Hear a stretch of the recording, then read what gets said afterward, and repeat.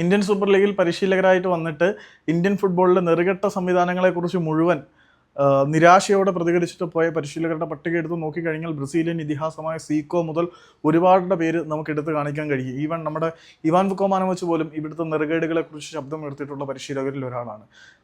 Antonio Lopez Sabas, Indian ഫുട്ബോളിലെ ഏറ്റവും successful കോച്ചസ്മാരിൽ ഒരാളായിട്ടുള്ള Antonio Lopez Sabas നിലവിലെ അവസ്ഥയെക്കുറിച്ച് കൂടി പ്രതികരിക്കുകയാണ്. കാരണം നിലവിൽ ഇന്ത്യൻ സൂപ്പർ ലീഗ് ക്ലബ്ബുകൾ അവരുടെ പ്രവർത്തനങ്ങൾ സസ്പെൻഡ് ചെയ്ത് അവസാനിച്ച് പോകുമ്പോൾ ബാക്കിയാവുന്ന ചോദ്യങ്ങൾക്ക് ആരാണ് മറുപടി പറയുക എന്നുള്ള ശക്തമായിട്ടുള്ള ചോദ്യമാണ് ഹബാസ് ചോദിച്ചിരിക്കുന്നത്. പ്ലേയേഴ്സിന് ആര് സാലറി കൊടുക്കും, സപ്പോർട്ടിംഗ് സ്റ്റാഫിന് ആര് സാലറി കൊടുക്കും? ഇവരൊക്കെ ഈ ക്ലബിനെ വിശ്വസിച്ച് ഉപജീവന മാർഗ്ഗം ഇവിടെ സമർപ്പിച്ചിട്ടുള്ളവരാണ്. അവരുടെ ഇനിയുള്ള കോൺട്രാക്ട് പീരീഡിലെ കാര്യങ്ങളെ ആര് സമാധാനം പറയും എന്നുള്ള വളരെ പ്രകടമായിട്ടുള്ള ചോദ്യം അന്റോണിയോ ലോപ്പസ് സബാസ് എടുത്തു കാണിക്കുന്നുണ്ട്.